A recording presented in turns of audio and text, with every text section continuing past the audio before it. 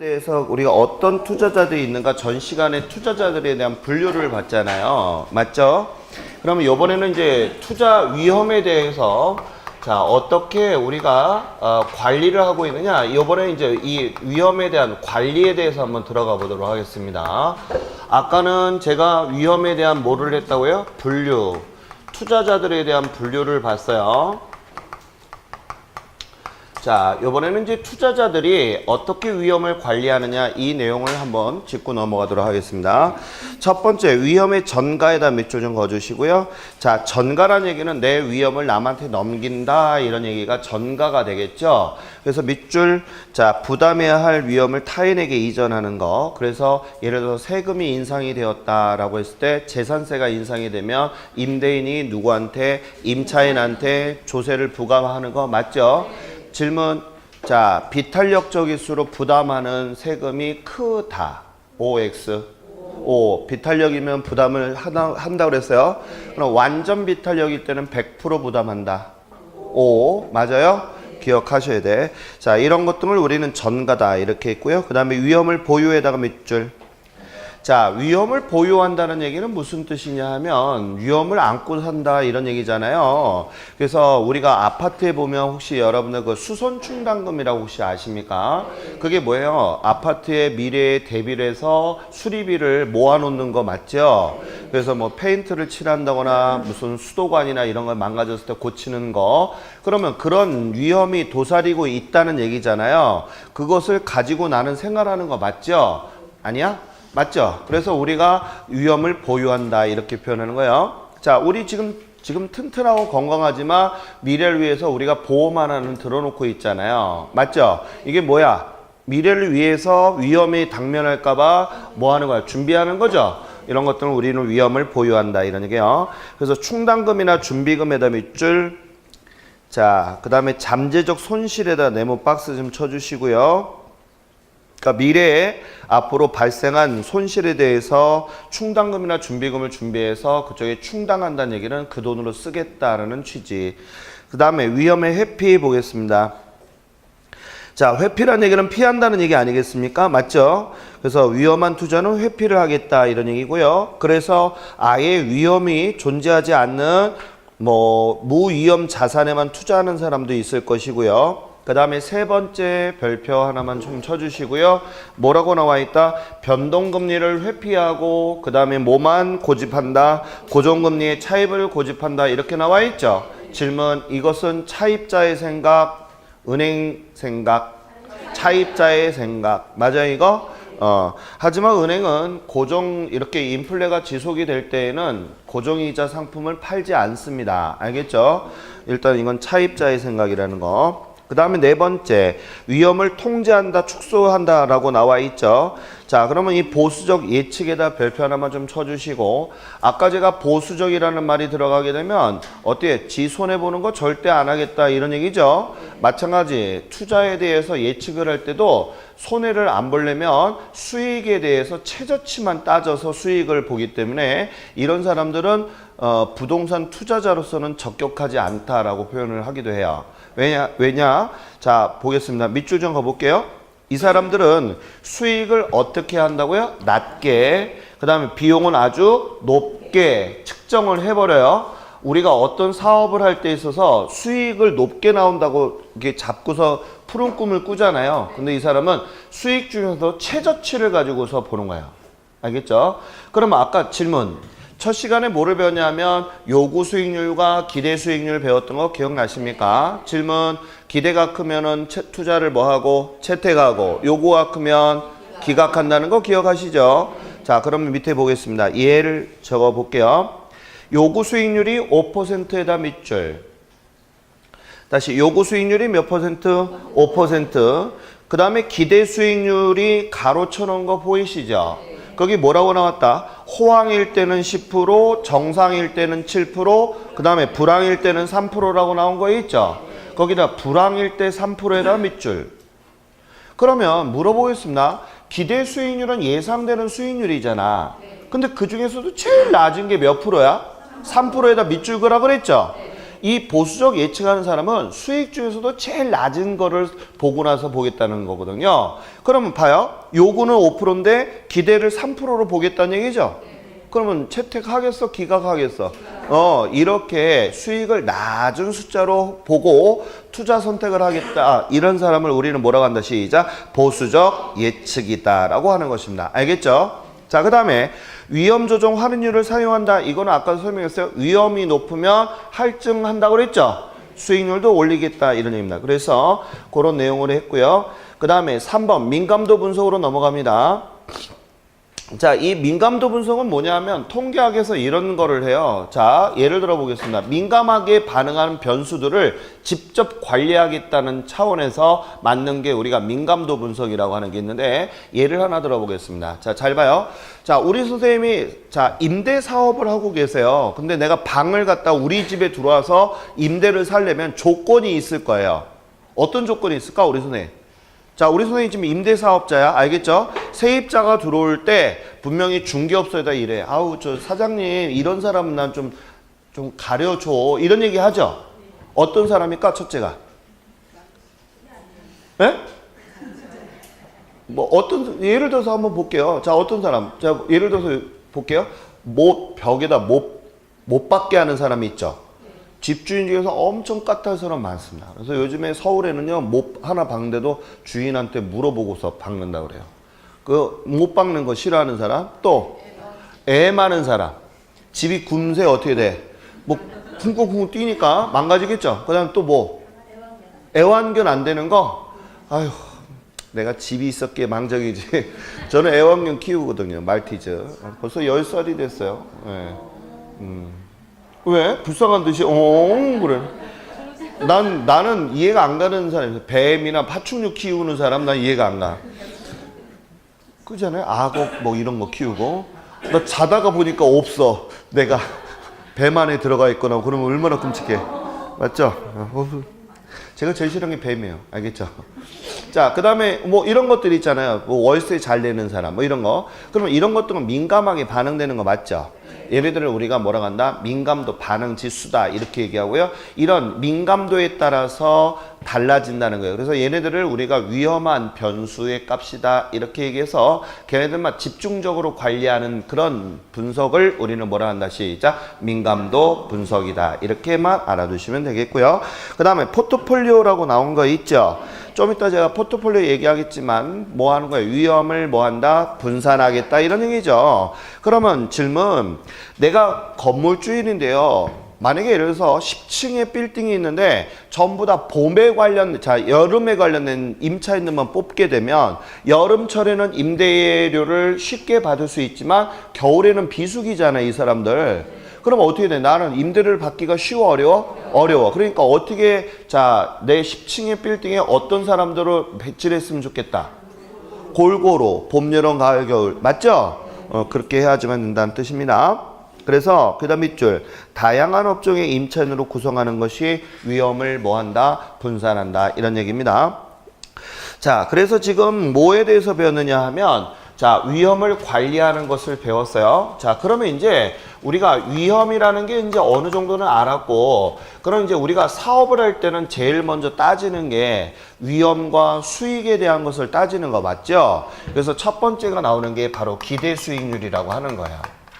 그래서 이 기대 수익률을 갖다 따져보자는 얘기입니다. 그래서 이 기대 수익률은 공식이 어떻게 되냐면 발생 확률 곱하기 뭐라고 그랬다? 수익률이라고 나온 거 있습니까? 그래서 우리가 이 두 가지 해요. 위험에 대해서, 자, 이 기대 수익은 수익에 관련된 겁니다. 그래서 우리가 이 위험에 관련된 게 분산이라고 얘기하거든요. 그래서 우리가 계산을 할 때 어떻게 하느냐면 사업을 할 때 이렇게 하죠. 위험도 생각을 해야 되고 수익도 생각하는 거 맞죠? 그래서 전문적인 컨설팅이 되라고 제가 늘 얘기하는 게, 사장님 이 임대형 건물을 사게 되면 두 가지 알아두셔야 되겠습니다 하면서, 자, 이것을 쫙 뽑아서 비교 분석을 해줘야 됩니다.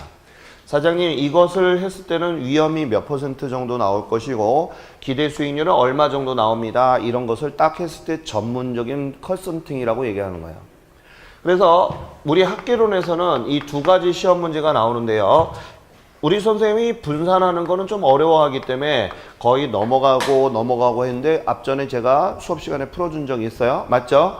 그래서 우리 이번 시험에서는 이 기대 수익률이 나올 계산형 문제로 나올 가능성이 있으니까 꼭 알아두시기 바랍니다. 자, 계산형 문제. 기대 수익률은 어떻게 구한다고요? 시작. 발생 확률 곱하기 뭐라고요? 수익률이고요. 여기에 나중에 내가 투자한 비중을 따져가지고 우리가 계산을 하는 것입니다.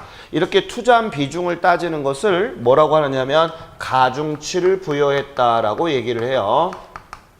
다시 뭐를 부여한다고요? 가중치를 부여한다. 그래서 만약에 학교론 계산 문제에서 산술평균한다 그러면 다 틀리는 지문입니다. 뭐 한다고요? 가중치를 부여한다. 왜 가중치예요, 선생님?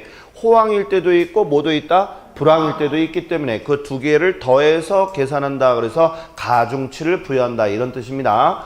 그럼 먼저 우리가 한 문제만 맛만 보고 넘어갈게요. 자, 교재 페이지는 88페이지.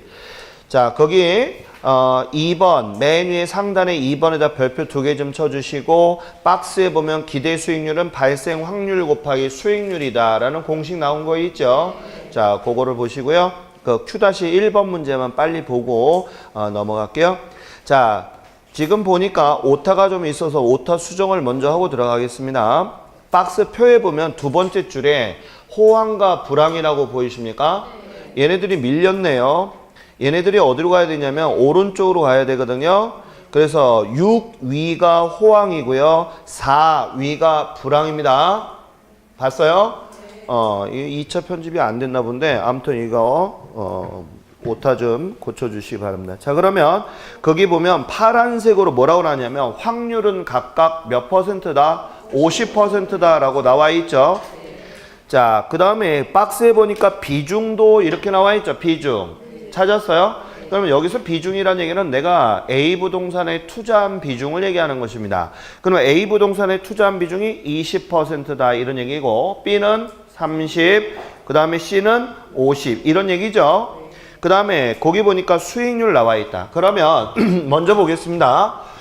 먼저 지금 이 기대 수익률은 내가 무엇을 구하자고 하는 거예요? 지금 수익을 구하자는 거 맞죠? 자, 공식이 어떻게 된다고요? 시작. 발생 확률 곱하기 수익률. 그러면 먼저 같이 구해 보겠습니다. A, B, C 이렇게 나와 있어요. 먼저 A 부동산의 확률이 몇 퍼센트냐 봤더니 자, 호황일 때도 호황일 때와 불황일 때가 있는데 호황일 때나 불황일 때가 전부 다 각각 몇 퍼센트라고 그랬어요? 50%라고 나와 있죠. 그럼 아예 이런 문제가 나오게 되면 적어놓고 시작하세요. 50, 여기도 50, 알겠죠? 자, 여기도 50, 여기도 50 이렇게 적어놓을 수 있겠어요? 그러면 이건 뭐예요? 확률이죠? 확률 곱하기 뭐를 하라고 그랬어요? 수익률이라고 그랬잖아요. 맞죠? 그럼 수익률이 몇 퍼센트인가 봤더니 여기는 6%, 맞죠? 여기는 4% 이렇게 돼 있죠? 자, 이렇게 해서 두 개를 더해서 계산을 하라 이런 얘기예요. 자, 그럼 이런 식으로 계산 한번 해보자고요. 8, 여기는 4, 맞아요? 자, 4%. 자, 그 다음에 여기는 어떻게 돼요? 10, 그 다음에 여기는 2 이렇게 들어가는 거죠. 자, 그러면 이거 계산 한번 해보자고요. 자, 6, 5, 30 하니까 3, 맞죠? 5, 4, 20 하니까 2, 합이 몇 프로? 5%. 5, 8, 40 하니까 4, 5, 4, 20 하니까 2, 6 이렇게 나오죠? 그 다음에 5, 1은 5, 자, 5, 2, 10 맞아요? 자, 여기 어떻게 난다? 6%. 그러면 우리가 A 부동산을 투자했을 때 기대 수익률이 자, 기대 수익률이 5% 나온다는 얘기고 B는 6 이렇게 나오는 거 맞죠? 자, 그런데 내가 이 A, B, C에다가 골고루 투자한 게 아니라 내가 뭐 했어요? 비중이 다르죠? A에다가는 몇 프로를 투자했더라? 20%의 비중을 뒀다 이런 얘기예요. 자, 그 다음에 B는 30, 자, C는 50 맞아요? 자, 이렇게 해서 비중을 해보니 5, 20, 6, 5, 자, 6, 3, 18, 6, 5, 30 이렇게 하니까 5.8% 나오는 거 맞습니까? 그러면 전체적으로 내가 투자 대비 수익은 총 얼마가 나온다는 얘기야? 5.8%의 수익이 나온다 이런 얘기입니다. 만약에 여기서 여러분들이 자기 재산 관리를 할 때 자, 나중에 빨리 바꿔야 되는 것은 A, B, C 부동산 중에서 누구를 바꾸는 게 좋겠어요? A가 제일 작겠죠, 기대 수익률이. 그래서 이런 것 등이 자산 관리입니다. 알겠어요? 자, 그 다음에 거기 밑에 있는 내용들은 다 배웠던 내용이고요. 자, 그 다음에 옆 페이지로 넘어갑니다. 자, 옆 페이지 위험 89페이지. 자, 위험에다 동글뱅이 좀 쳐주시고요. 아까 제가 위험은 1교시 때 처음 시작할 때 뭐라 그랬다? 기대 수익률과 실현 수익의 차이를 뭐라 그랬다? 위험이라고 했던 거 설명 이해하시죠? 자, 거기 보시게 되면 예금과 주식에 대한 그림 나와 있죠. 자, 예금은 무위험 자산인데요. 위험이 있을까 없을까? 거의 없죠. 그죠? 그래서 우리가 이것을 통계학에서는 이렇게 중심축을 놓고 종 모양이다 이렇게 나와 있거든요. 종의 모양을 놓고 이렇게 하면 종처럼 생겼잖아요. 그래서 이 중심축을 기준으로 해서 요 안에 알겠습니까? 중심축에 가까우면 위험이 뭐하다? 적다라고 하는 거예요. 그래서 우리가 통계학에서는 이 5%를 잡아요. 0에서부터 몇 퍼센트?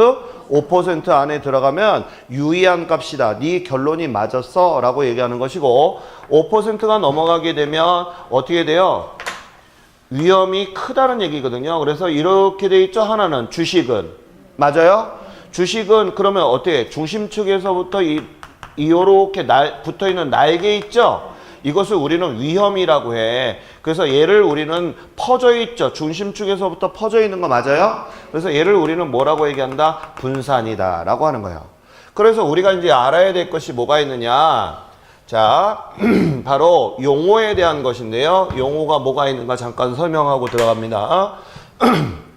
앞으로 수익은 또 위험은 이렇게 얘기하는데 투자론에서는 이제 앞으로 수익이라는 말과 위험이라는 말을 잘 안 쓸 거예요.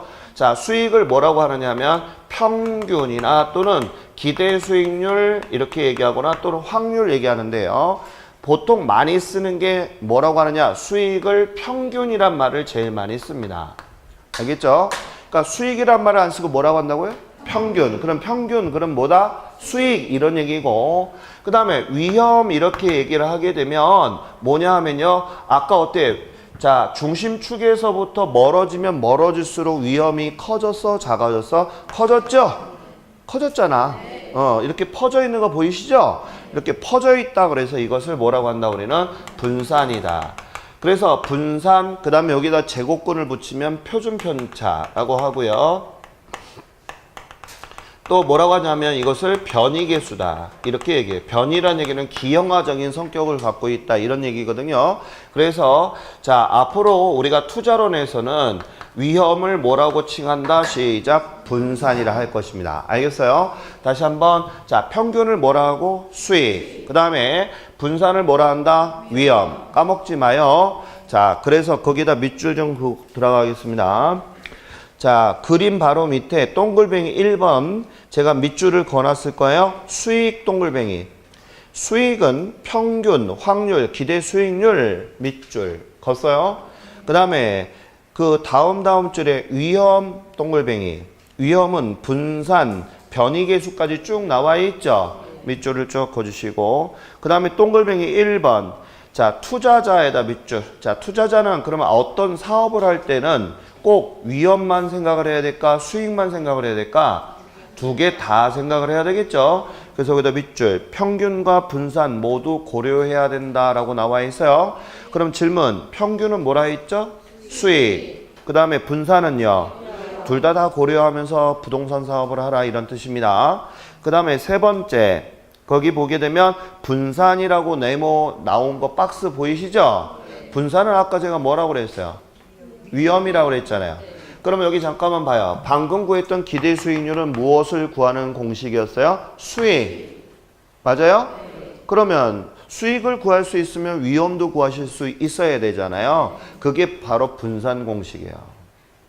그래서 위험 어떤 사업을 할 때는 수익에 대한 계산과 위험에 대한 계산을 해서 소비자한테 보여주시고 이 물건은 이렇습니다라고 하는 것을 보여주셔야 돼요. 그래야지만 소비자들이 아, 좋다, 나쁘다를 확실하게 알 수 있겠죠. 무슨 얘기인지 이해가 안 나요? 그래서 이런 식의 영업을 하시라 이런 얘기를 누차 얘기했어요. 주먹구구식으로 전월세 하는 거는 의미가 없어요. 이제 앞으로 돈도 안 될 거야. 왜냐하면 여기 봐요.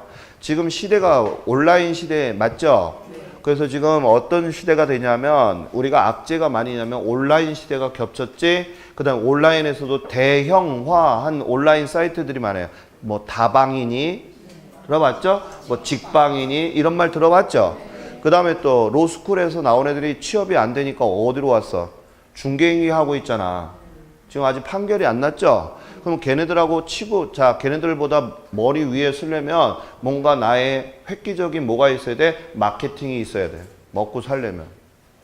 그래서 여러분들이 제가 부탁하고 싶은 게 전문가가 되라고 얘기를 자꾸 드리는 게 바로 그것 때문에 그런 겁니다. 이제 앞으로 먹고 살기 힘들어져요. 웬만한 사람들 전부 다 뭐해서 찾아? 온라인에서 찾잖아요. 맞죠? 우리 선생님 물건 사실 때도 뭐해? 가격 비교해서 온라인에서 사지 않아요? 물건 살 때 그러잖아요. 그럼 온라인은, 자, 부동산은 안 그럴 것 같아요? 부동산도 대충 보고 나서 보고 현장 답사를 하겠죠. 맞죠? 아니요? 맞아요. 그러니까 우리 선생님이 이제는 정신 바짝 차리고 걔네들한테 이기려면 뭐 해야 돼? 이제는 이런 것들을 우리가 이제 받아들일 수 있어야 된다는 거예요. 알겠습니까? 뭐가 전문화된 그런 거를 하셔야 됩니다. 자, 그래서 그 분산이라고 하는 것은 공식 알아두시기만 하시고요. 넘어갈게요. 자, 그 다음에 90페이지. 자, 이제 우리가 이제 위험에 대해서 관리하는 거를 배웠고요. 그 다음에 이제 시험에서 많이 나오는 게 바로 뭐냐? 자, 거기 뭐라고 나왔어요? 평균, 그 다음에 뭐라고 했어요? 분산, 뭐라고 그랬다? 지배 원리라고 해서 나온 거 있어요? 얘는요, 시험에 그냥 많이 나오는 애가 아니라 그냥 나오는 애라고 보시면 돼요. 알겠어요? 아주 자주 나오는 애고, 얘는 독단적으로 나올 수도 있고, 지문으로 나올 수 있으니까 그 내용을 알아두셔야 됩니다. 자, 먼저 볼까요? 자, 여기 보면 평균이라는 얘기는 아까 제가 뭐라 그랬죠? 수익. 그 다음에 요 분산은요? 위험. 그러면 뭐야? 수익과 위험을 뭐 한다는 얘기예요? 지배한다는 얘기는 뭔가 다스린다는 얘기잖아요. 맞죠? 그래서 이 평균 분산 지배 원리는 상당히 중요해요. 얘 왜 중요하냐? 바로 우량인자를 골라내려고. 우동생을 찾아내려고 이런 얘기야. 자, 이 말은 쉽게 얘기해서 이런 얘기입니다. 수익을 할 때 있어서 내가 선택을 해야 되잖아요. 그럼 어떤 선택을 해? 최고의 선택을 해? 아니면 최하의 선택을 해? 최고를 골라내는 것을 우리는 뭐라 한다? 시작. 평균, 분산, 지배 원리인데 이때 질문. 수익은 높은 거, 낮은 거? 그래서 평균은 높은 것을 선택하는 게 당연한 논리 맞죠? 그 다음에 분산은 어떤 거, 낮은 거. 이게 가장 기본적인 거다. 이러게요. 그게 가장 우량인 것을 골라내는 기본이에요. 알겠죠? 자, 그러면 여기 한번 보도록 하겠습니다.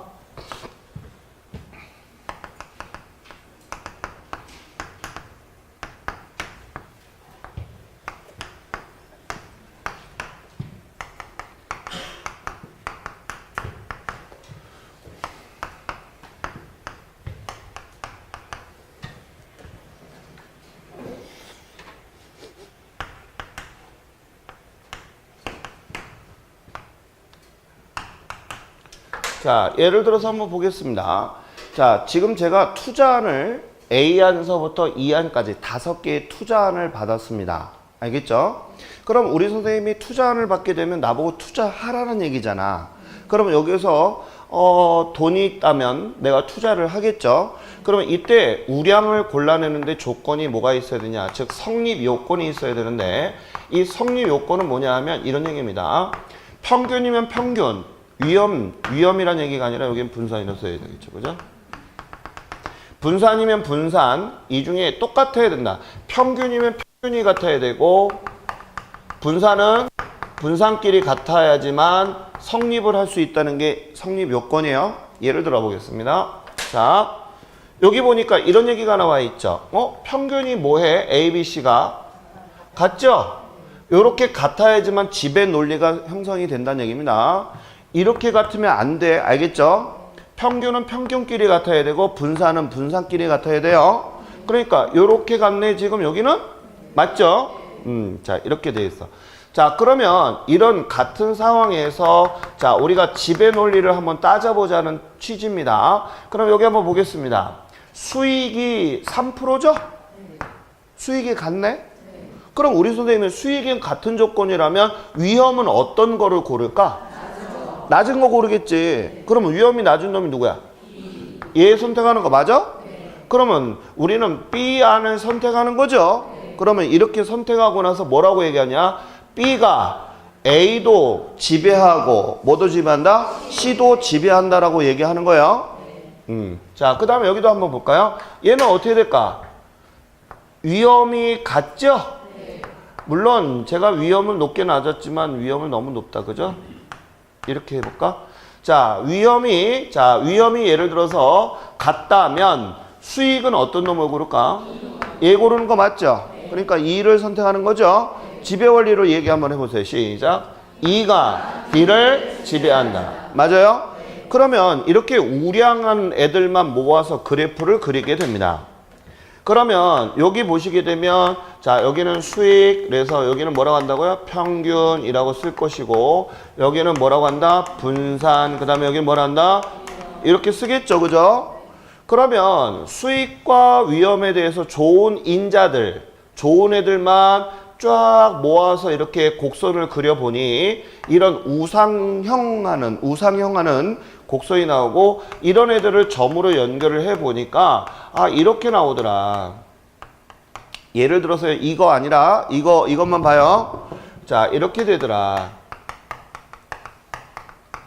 자, 그래서 보니까 이렇게 나오죠. 자, A.B, C, 네, O 보니까 똘이 같대. 맞아요, 이거? 자, 이렇게 돼 있고 E, F, G 이렇게 나오는데요.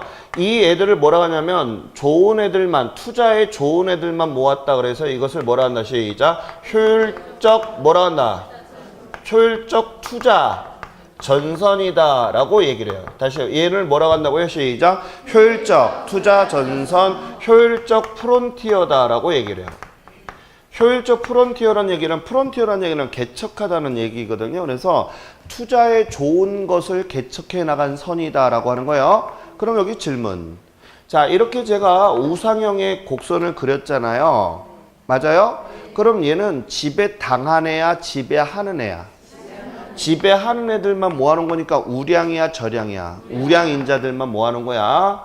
무슨 얘기인지 갔죠?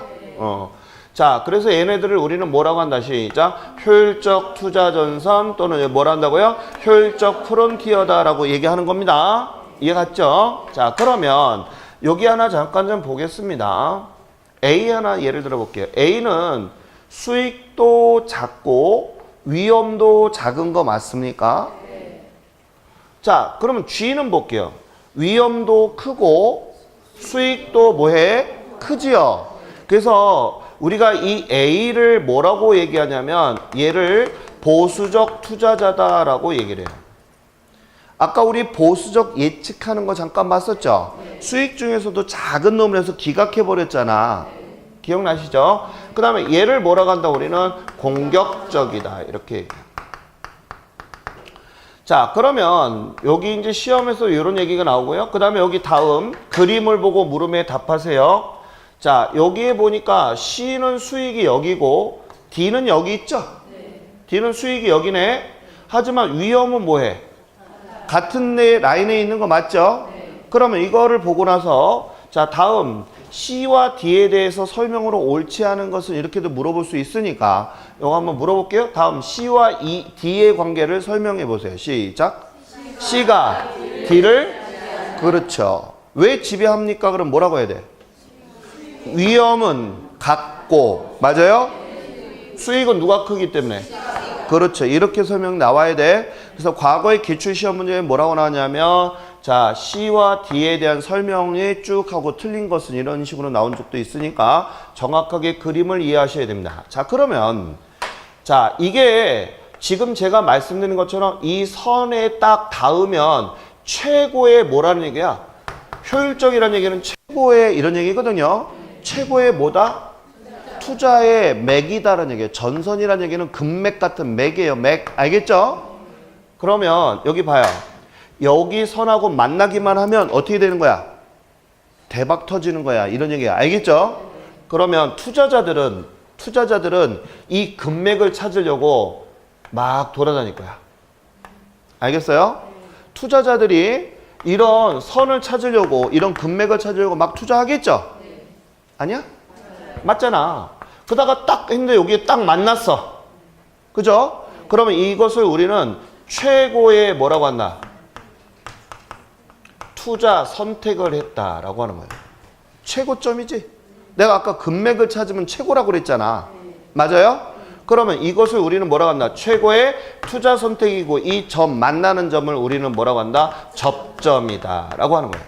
그래서 최고의 투자 선택의 접점이 우리가 투자하는 거에 가장 중요한 거다. 질문. 이게 왜 그러냐면 이 지문이 자주 나와서 그래요. 알겠죠? 이제 재무관리에서는 이게 어렵게 나오긴 한데 여기 거기까지 몰라도 돼요. 자, 만약에 투자자가 A 방향 쪽에서 나오는 놈이 있고 B 방향 쪽에서도 계속 나오는 놈이 있지? 맞아요? 네. 자, 그러면 여기 질문. 얘도 또 접점이 있지? 네. 질문. 자, 여기는 각, 얘는 을. 이렇게 나왔어. 네. 누가 최고의 선택일까? 왜? 어? 수익이 높지? 네. 여기가 최고의 투자 선택이야. 무슨 말인지 알겠어요? 그래서 최근에 시험 문제가 이런 게 나왔어요. 자, 잘 봐요. A점에서부터 B점까지 연결한 선과, 알겠어요? A점에서부터 F점까지 연결한 선 중에서 어느 게 더 효율적인 투자 전선일까? 자, 1번, 2번. 어느 게 더 효율적인 투자 전선일까? 1번? 자기 생각 1번. 아니다, 2번. 자, 효율적인 투자 전선이라 하는 것은 아까 제가 뭐라 했어요? 투자를 했을 때 최고라고 그랬죠? 그럼 투자가 최고의 수익과 물론 위험도 따르는 건 맞잖아. 그런데 여기에서 최고의 투자 전선은 1번이 아니라 2번이야. 이해 갔어요? 이만큼이 왔다고 그랬잖아. 가면 갈수록 뭐 하는 거야? 최고의 수익률이 높아지는 거지? 그래서 만약에 시험에 최고의 수익률인 어느 것이냐 그러면 뭐라고 해야 돼? 2번이야. 이해 갔어요? 그럼 만약에 3번은 이렇게 나왔어. 끝까지 나왔어. 그럼 몇 번이야? 3번. 이해 갔어요? 자, 다시 머릿속에 노트 정리할게요. 자, 우리가 지금 지배 원리를 알아야 되고요. 자, 그 다음에 이 지배 원리를 그래프상에서 나타났을 때 무엇인가를 정확히 알아야 됩니다. 알겠죠?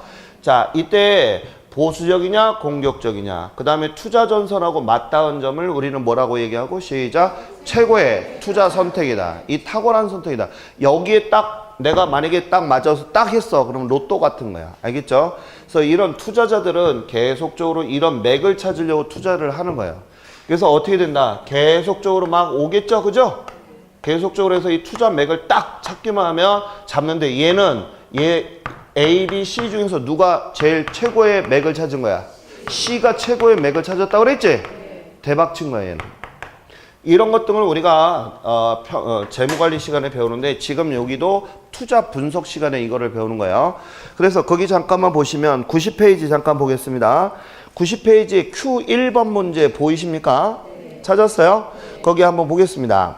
박스 안에 보니까 제가 파란색으로 B하고 C 이렇게 나온 거 있죠? 둘이 위험이 같죠? 근데 누구를 선택해야 돼? B하고 C 중에서. 왜요? 수익이 크니까. 이렇게 하는 거죠?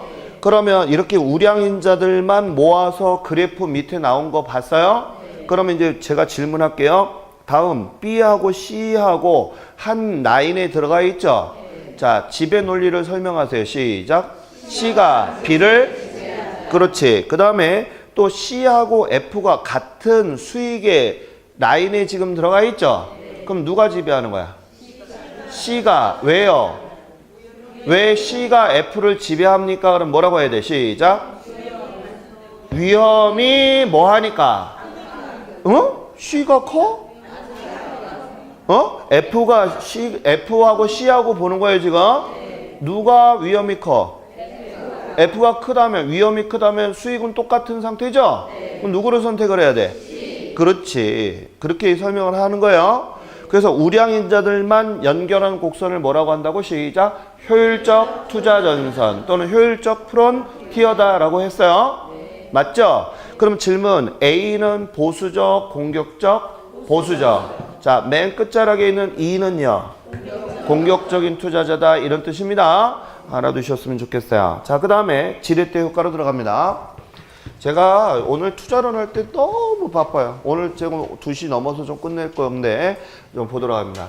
지금 이거 지배 원리 무슨 얘기인지 알겠죠? 네. 예, 자, 이미 지렛대 효과도 들어갈게요.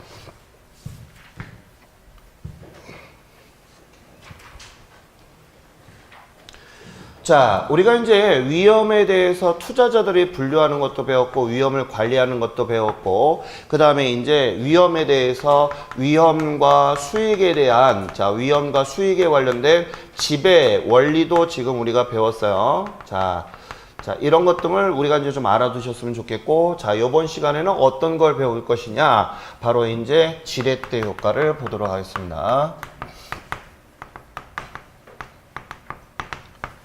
자, 많은 분들이 지렛대 효과에 대해서는 많이 알고 계시네요. 의외로 많이 틀리고 나와요. 그래서 제가 확실하게 정리 좀 세게 좀 박아놓을게요. 자, 여기 보겠습니다.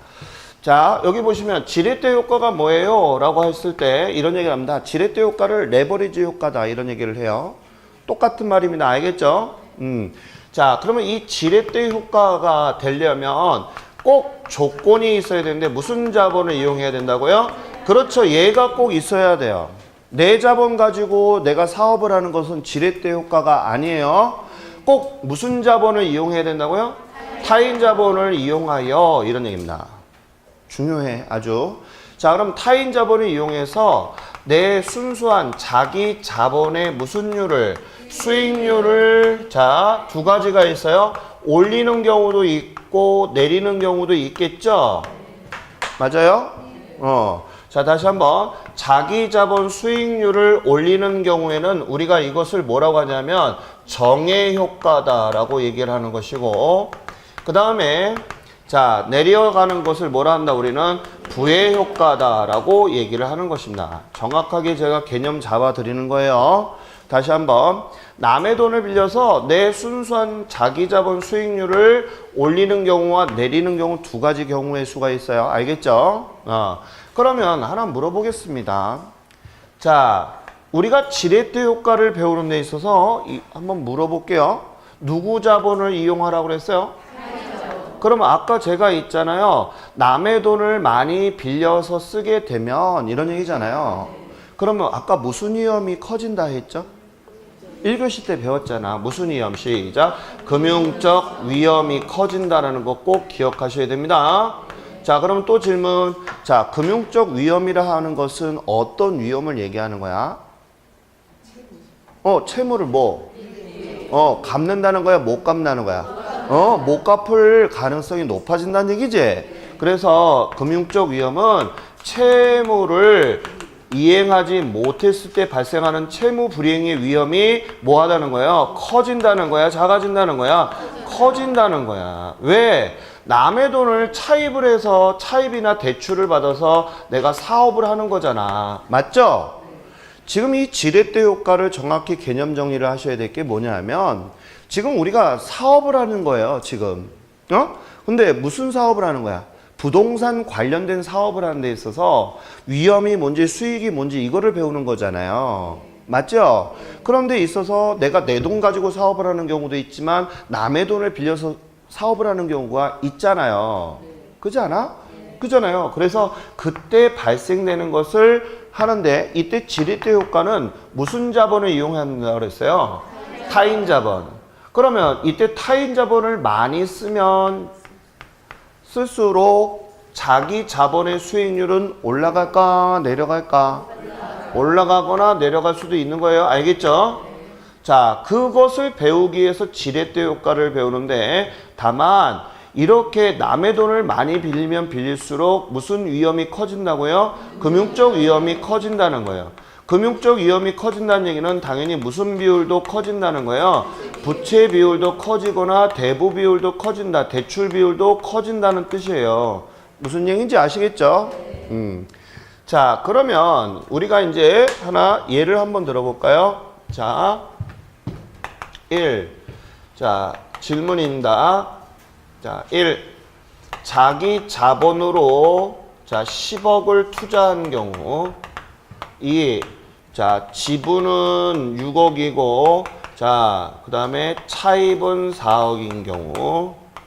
세 번째, 지분은, 자, 2억이고, 그 다음에 차입은 8억이었을 때. 자, 다음, 지렛대 효과가 가장 높은, 자, 효과가 가장 높은, 투자는, 이렇게 나왔어요. 자, 단 조건은 정의 효과를, 자, 발생시킨다라고 조건을 명시하겠죠. 자, 어떤 방법일까? 1번, 2번, 3번 중에서. 자, 지금 질문이 뭔지를 알아야 됩니다. 다음 지렛대 효과 중에서 가장 높은 투자 수익률을 올릴 수 있는 거 뭐 이런 얘기예요. 그러면 자, 어떤 방법일까? 여기 먼저 자기 자본이라는 얘기는 전액 지분으로 이런 얘기예요. 전액이라는 얘기는 뭐야? 내 돈으로 다 한 거야. 이해 갔어요? 그럼 내 돈으로 내 사업을 했다는 얘기잖아.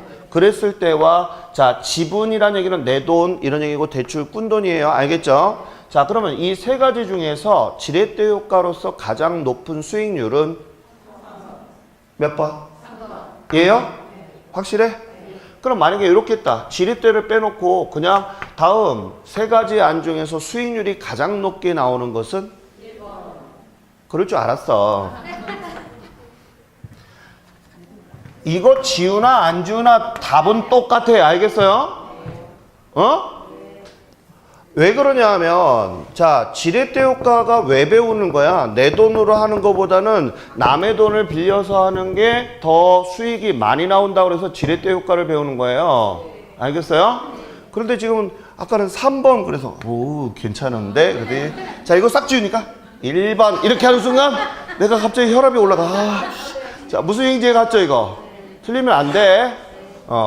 일단 내 돈으로 사업을 하는 거 물론 안전하겠지만 수익은 어떤 게 가장 많이 나온다? 남의 돈을 빌려서 하는. 그 은행에 가잖아요. 그러게 되면 지점장실에 커피 마시고 있는 애들은 전부 다 뭐 하는 애야? 대출 받은 놈이야. 영양가치 없어. 알겠죠? 그렇게 하고 차 마시고 놀고 나오고 막 이래. 돈 있는 사람은 지점장실에 잘 안 들어가. 무슨 얘기인지 알죠? 자, 그럼 여기 봐요. 수익률이 가장 많이 나오는 놈 누구라고? 3번. 왜? 지 돈보다는 어떤 게 많아? 남의 돈이죠? 타인 자본을 끌어들여서 사업하는 게 가장 높은 수익률을 올리는 거예요. 그래서 이게 더 수익이 가장 많이 나오니까 우리 부동산 투자론에서 이거를 꼭 배워야 되겠다 하면서 끌고 들어온 이론이 뭐야? 지렛대 효과야. 알겠어요? 개념 이해 가시죠? 이거를 왜 배우는지도 모르고 배우면 안 돼. 그러면 내가 내 돈 가지고 사업하는 것보다 남의 돈을 빌려서 사업하는 게 수익률이 가장 많이 나오는 거라고 그랬죠? 그래서 지렛대 효과를 배우는 겁니다. 자, 그럼 이제 여기까지 제가 정리를 했어. 내가 혹시나 몰라서 그런데 역시나였어요. 알겠죠? 아무튼 자, 틀리면 안 돼. 알겠죠? 자, 그러면 여기 한번 봐요. 지렛대 효과를 설명을 하겠습니다. 자, 지렛대 효과는 무슨 자본을 이용하라고 그랬어? 타인 자본을 이용하라고 그랬어요. 자, 다만 타인 자본을 이용을 하면 금융적 위험이 뭐 한다고요? 높아진다라고 했습니다. 이해 갔죠? 자, 그러면 여기 잠깐만 볼게요. 자기 자본의 수익률은 내 돈이 늘어난다 이런 뜻입니다. 그런데 자, 정의 효과는 이렇게 제가 화살표로 적어놨을 거예요. 자기 자본의 수익률, 그 다음에 총 자본 수익률, 그 다음에 저당 수익률 이렇게 나와 있어요. 자, 그러면 용어를 머릿속에 좀 담아야 되겠는데, 자, 정리 한번 해볼게요. 펜 놓으시고요. 자, 자기 자본 수익률, 총 자본 수익률, 저당 수익률 이렇게 나와 있죠. 그러면 정의 효과는 이렇게 돼서 부등호 표시가 되어 있어요. 맞습니까? 자, 그러면 여기 자기 자본 수익률은 말 그대로 내 지분의 수익이 올라간다는 뜻입니다. 그러면 여기 총 자본 수익률은 우리가 뭐예요? 라고 했을 때 기대 수익률을 얘기하는 것입니다. 다시 무슨 수익률? 기대 수익률. 그러면 저당이란 얘기는 무슨 뜻이지? 저당은 뭐야? 은행에서 빌린 거. 그러면 저당 수익률이라고 해서 써놨지만 얘는 무슨 얘기냐면 차입, 이자율을 얘기하는 뜻입니다. 용어 모르면 안 돼요. 자, 다시 한번 저당 수익률은 무슨 뜻이다. 시작. 차입이자율이다. 까먹지 마요. 알겠습니까? 그러면 예를 들어 보겠습니다. 제가 지금 부동산 사업을 하는데 은행에 가서 돈 좀 빌려주세요 그랬더니 자, 이자가 5%래요. 그래서 내가 5%의 대출을 받았어요. 자, 근데 내가 이 사업만 빵 터지게 되면 자, 15% 정도는 수익이 오를 것 같아. 그러면 내가 15% 벌어서 5% 갚으면 어떻게 돼? 10% 남는 게 내 순이익 맞아요? 그러면 사업을 할까 안 할까? 하지. 그래서 나중에 보니까 20% 정도 전체적으로 봤을 때 내 수익이 올라갈 것 같더라. 그래서 이런 형태를 취하게 되면 우리는 이걸 무슨 효과라고 하자. 시작. 정의 효과다라고 하는 거예요. 다시 무슨 효과? 정의 효과. 이해 갔어요? 자, 그런데 이런 경우 있잖아. 내가 지금 5%의 사업을 하고서 빌렸다? 대박. 2%밖에 수익이 안 나온 거야. 알겠죠, 이거? 그러면 어떻게 됐어, 이거? 장사 잘했어, 못했어? 못했잖아. 쪽박 차는 거지, 이거. 이해 갔죠? 그러면 당연히 이것도 깨지겠죠? 맞아요? 그래서 부동호 표시가 이런 방향적으로 흐르게 되면 이것을 무슨 효과를 한다? 시작. 부의 효과다. 그러면서 시험에 이렇게 나옵니다. 제가 자기자본, 총자본 세 가지를 적어놓고 머릿속에다 담으세요 라고 얘기를 했더니 요즘 최근에 시험 문제 어떻게 나오냐 봤더니 얘는 일단 제껴놔 하고 얘네들만 가지고 시험에 묻더라 이런 얘기. 무슨 얘기인지 알겠어요? 그래서 시험에 이렇게 나옵니다. 지문 다음 지렛대 효과에서 총자본 수익률이 저당 수익률보다 크다면 정의 효과를 한다. OX. 오지? 지금 봤으니까 우리가 선생님이 오 이렇게 하지만 시험 보러 가면 무슨 얘기인지 못 알아듣는다니까. 왜 그래? 용어가 머릿속에 없기 때문에 그래. 별것도 아닌데 용어가 머릿속에 없기 때문에 자꾸 틀리는 거야. 그래서 좀 담았으면 좋겠어요. 용어의 뜻을. 알겠어요? 자, 다시 총자본이 크면 무슨 효과? 시작. 정의 효과. 저당이 크면 부의 효과. 됐죠 이거? 이 개념을 좀 알아야 되겠다. 자, 그럼 이제 난해한 문제를 접해 보도록 하겠습니다. 자, 잘 들으세요. 정의 효과와 부의 효과는 자, 정의 효과와 부의 효과는 자, 자기 자본 수익률을 늘리느냐 내리느냐에 따라서 달라지는 거 맞죠? 맞습니까? 질문. 자, 정의 효과가 발생이 되었다면 알겠죠? 다음 지렛대 효과에서 정의 효과가 발생이 되었다면 금융적 위험은 감소된다. O일까? X일까? 지금 제가 뭐라고 했어요? 정의 효과가 발생이 되었다면 알겠죠? 자, 금융적 위험은 감소된다. 그러면 부의 효과가 발생이 되면 금융적 위험은 증가된다. 1번, 2번. 자, 1번 물어볼게요. 정의 효과가 발생이 되었다면 금융적 위험은 감소된다. 증가된다? 그러면 또 증가도 한번 써볼까? 자, 증가된다. 그러면 한번 물어봐야지. 1번, 2번, 3번. 자, 질문 들어갑니다. 이 시험에 최근에 많이 나오고 있어요. 잘 들어요. 정의 효과가 발생이 되었다면 금융적 위험에 대한 것, 금융적 위험은 감소된다. 자기 생각 맞다? 아니다. 증가된다. 답이 없다. 답이 없다 한 사람. 오케이, 좋았어. 맞으면 대박이야. 자, 잘 들어야 돼. 그러면 여기 또 물어볼게요. 부의 효과는 금융적 위험을 증가시킨다. 아니다. 감소시킨다. 부의 효과는 감소시킨다. 없어요? 틀렸다. 답이 없다. 자기? 맞으면 대박이야, 그제? 틀리면 개망신이고. 자, 난 누가 선택했다고 말을 못해. 세 번째 줄이라고. 알겠죠? 잘 봐야 돼. 자, 우리 선생님은 다 틀리는 거야. 그냥. 맞은 사람 한 사람밖에 없어. 대박이야. 합격 당첨. 알겠죠? 이게 이 말장난에 장난치는 거야. 자, 다시 한번 정리할게요. 이 정의 효과하고 부의 효과는 자기 자본의 수익률하고 관계가 있는 거지 금융적 위험하고는 상관이 없어. 얘는 이미 돈 빌려서 사업을 한 거잖아. 정의 효과가 나왔다고 해서 금융적 위험, 내가 1억을 빌린 거 1억을 빌렸다고 합시다. 알겠죠? 정의 효과가 나왔다고 해서 1억이 줄어? 또, 자, 부의 효과가 나왔다고 해서 1억이 내가 대출받은 돈이 늘거나 줄어? 변함이 없거든. 지금 지문에서 대출금 상환했다는 말이 있었어? 없었어? 없었지?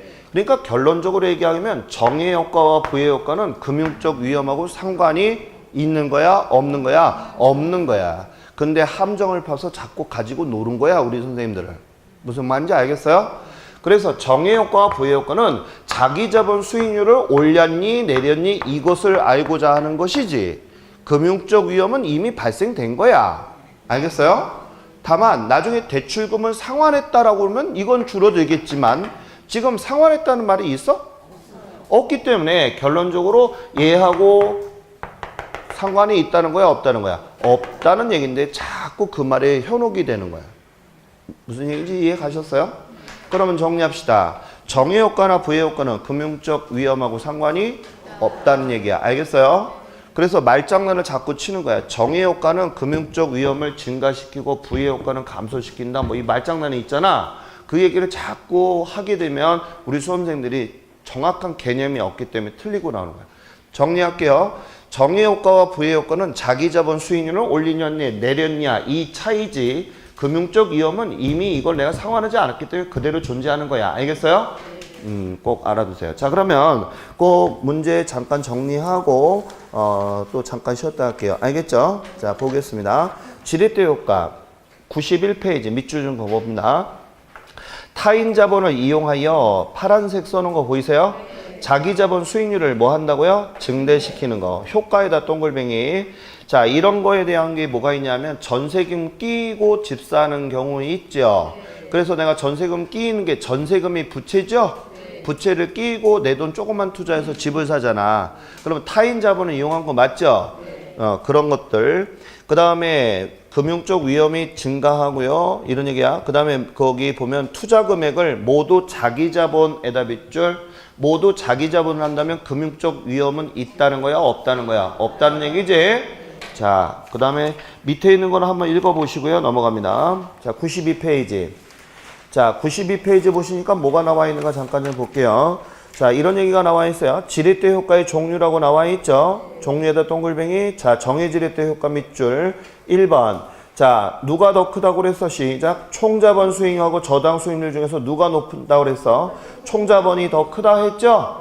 무슨 효과? 정의 효과. 동글뱅이 2번에 보면 부동호 표시 제가 파란색으로 적어놓은 거 이해하시죠? 그 다음에 3번.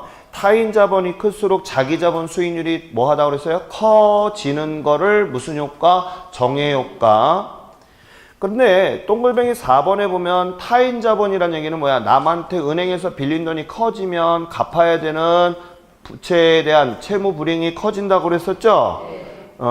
지렛대 효과는 커질지 몰라도 부채를 갚아야 되는 부담이 커진다는 뜻입니다. 그 다음에 5번. 정의 지렛대 효과를 예상하고 투자한 경우에도 자, 밑줄. 부채 비율이 뭐 한다고 그랬어요? 커질수록 이런 얘기죠? 정해가 됐건 부해가 됐건 은행에서 빌린 건 기정사실이잖아. 맞아요? 그러면 이 빌린 돈은 뭐에 영향을 많이 미치냐면 이자율의 변동을 많이 미친다는 거야. 그러면 금리가 상승했어. 예를 들어서 이런 얘기예요. 내가 지금 집을 샀단 말이에요. 근데 내가 5%의 변동금리에 샀는데 금리가 10%로 했다면 나 위험이 많지? 10%를 돈을 갚아야 되니까. 맞아요? 그 얘기야. 그래서 뭐라고 그랬다. 부채 비율이 커질수록 이런 얘기는 뭐야? 남한테 돈을 많이 빌릴수록 이런 얘기죠. 그럴수록 경기 변동이나 금리 변동으로 따라서 위험도 뭐 한다는 거야? 커진다. 이런 얘기입니다. 이해 갔어요? 자, 그 다음에 부의 효과 보겠습니다. 부의 효과는 총자본과 또 누구 나와 있어? 저당 수익률 중에서 낮은 경우라고 나와 있죠. 그 다음 밑줄. 그래서 부동호 표시가 반대로 나가는 거 맞습니까? 3번. 자, 타인 자본은 늘어났지만 결론적으로 내가 사업을 못한 거죠? 그래서 자기 자본 수익률이 떨어졌을 때 부의 효과다 이런 얘기가 있어요. 그래서 4번에 보니까 부의 지렛대 효과는 부채 비율이 커질수록 일단은 돈은 빌린 건 커졌잖아. 근데도 사업도 못하니까 어떻게 돼서 갚을 돈이 더 늘어나겠죠. 그래서 자기 자본 수익이 하락하는 것을 말한다 이렇게 했고, 중립적이라고 나온 거 있어요? 중립적은 부등호 표시가 뭘로 돼 있지? 는. 이 말이 뭐야? 자 여기 봐요. 이런 얘기죠. 정의 효과도 아니요 부의 효과도 아니요 이런 얘기거든요. 그러면 결론은 뭐냐면 내가 은행에서 5% 빌렸다? 근데 내가 사업을 했는데 5%밖에 수익이 안 나온 거야. 그러면 이건 사업을 해야 돼 말아야 돼? 하지 말아야지. 집에서 쉬어야 돼 이거는. 맞죠? 이렇게 되는 경우에는 집사람을 밖으로 내보내야 돼. 그리고 내가 살림을 해야 돼. 맞죠? 아니야? 맞죠? 내가 집안에서 살림할게. 자기가 나가. 뭐 이런 얘기를 해야 되겠죠. 내가 하면 이거밖에 안 나오니까. 그죠? 이렇게 되더라. 이건 바람직하지 못한 거죠. 그죠? 자, 이것을 우린 중립적이다. 그래서 거기 잠깐만 보시면 이런 얘기예요. 자, 2번에다 별표.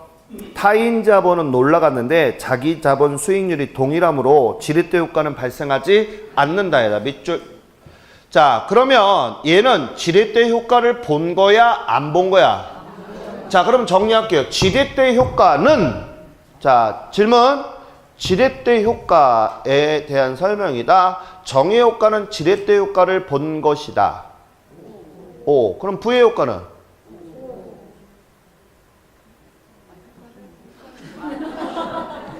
자, 거기 봐봐. 자, 91페이지 맨 위에 다시 봐. 지렛대 효과가 뭐라고 그랬어요? 시작. 타인 자본을 이용하여 자기 자본 수익률을 뭐 한 거야? 증대한 거지? 네. 그럼 부의 효과는? 아니에요. 증소한 거야? 지렛대 효과라는 얘기는 남의 돈을 빌려서 뭐를 올리겠다는 거야? 올렸을 때를 지렛대 효과라고 보는 거야. 그래서 부의 효과나 중립형은 지렛대 효과를 본다고 볼 수가 없다라는 뜻이야. 이해 갔어요? 지금 우리 선생님이 이 표정은 초상집에 가서 일단은 갔어. 중요한 건 누가 뒤진지도 모르고 우는 거하고 똑같아. 무슨 말인지 알겠어요? 그러니까 이 정확히 공부를 하셔야 돼. 잠깐 쉬었다가 들어가겠습니다.